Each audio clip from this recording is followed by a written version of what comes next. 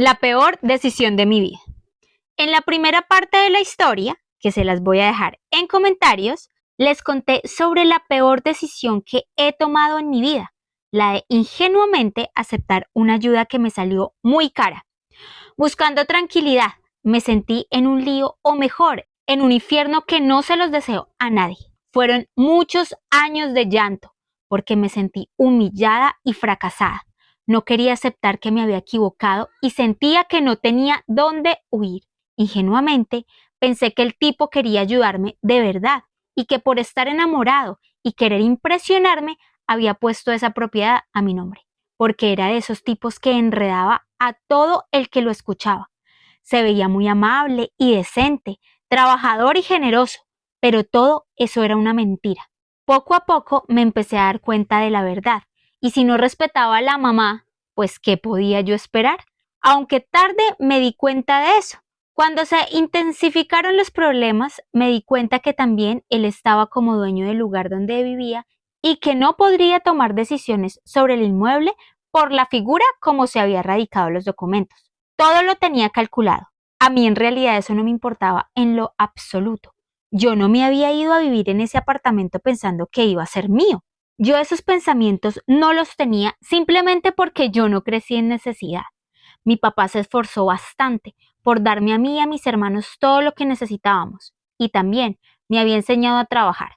Mi papá siempre fue un hombre de negocios y próspero, así que eso no me importaba. Si yo quería irme de mi casa era porque estaba cansada de pelear con mi mamá y que ella me echara de la casa todo el tiempo. Así que lo que me empezó a ofender de ese tipo era la forma como me hacía sentir por haber aceptado esa ayuda. Me hacía sentir que mi valor era porque él me había sacado. Supuestamente en su mundo imaginario de la necesidad, me humillaba todo el tiempo, me amenazaba con echarme de su empresa, me decía que ni pensara que me iba a tocar un peso de su empresa y de sus propiedades. Cuando me dijo eso, empecé a averiguar qué era lo que tenía y cómo lo tenía, pues había empezado a raíz de los problemas a poner los vehículos y las propiedades a nombre de otras personas, y la empresa igualmente. Empecé a darme cuenta de todas esas jugadas que en el fondo mostraban lo que él pensaba y era que yo tenía interés en su plata, y eso me ofendía muchísimo. Luego me di cuenta de sus infidelidades, porque le sumaba que era un promiscuo. Bueno, típico de todos los tipos que porque tienen plata, pues se consiguen la vieja que quieren y la tratan como quieren. Tampoco era que tuviera mucha, solo que en Colombia, con tanta desigualdad, cualquier persona que tenga un poco más es evidente. Bueno, pues pasaron 5 años con problemas y más problemas, maltrato psicológico y hasta físico. Estuve separada un par de meses, pero volví creyendo que las cosas podrían mejorar. El círculo vicioso se repetía porque esa clase de tipos te tratan un día como una alpargata, pero luego no saben dónde ponerte y esa ambivalencia genera dependencia. Yo sé, es muy fácil juzgar en estos casos, pero somos seres complejos que se aferran a trocitos de estabilidad cuando no se ha forjado vínculos fuertes con los que se debe. En fin, podría dar muchos detalles de los 5 años más terribles de mi vida, mucho daño mental recibido. Al final, lo que me ayudó a salir de esto tan tóxico y dañino fue la fe en Dios. Puede sonar muy romántico o incluso iluso, pero la realidad es que si no fuera por haberme cruzado en mi camino con personas que me ayudaron a salir de eso a punta de oración, creo que ahí estaría justificando y aguantando todo.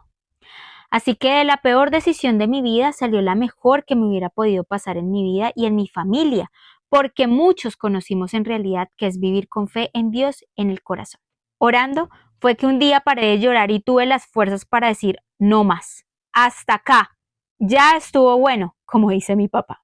Y así fue, me separé muy rápido porque accedí a que fuera de común acuerdo. Yo había trabajado en mi negocio y tenía mis cosas por aparte, así que fue sencillo. Además, él se había armado de un montón de mentiras, diciendo que tenía muchas deudas y que no tenía nada en nombre de él. Uf, yo no tenía la mínima intención de refutarle eso, aunque le hubiera podido hacer y se le habría ido hondo por fraude. Pero bueno, eso está en las manos de Dios. Me sentí muy aliviada después de divorciarme, asumí las consecuencias que se generan después de haber tomado tantas malas decisiones juntas, pero me aferré a la esperanza que te da Dios. Años después me volví a casar y ahora tengo dos pequeños hermosos que son un verdadero motor para querer ser mejor cada día.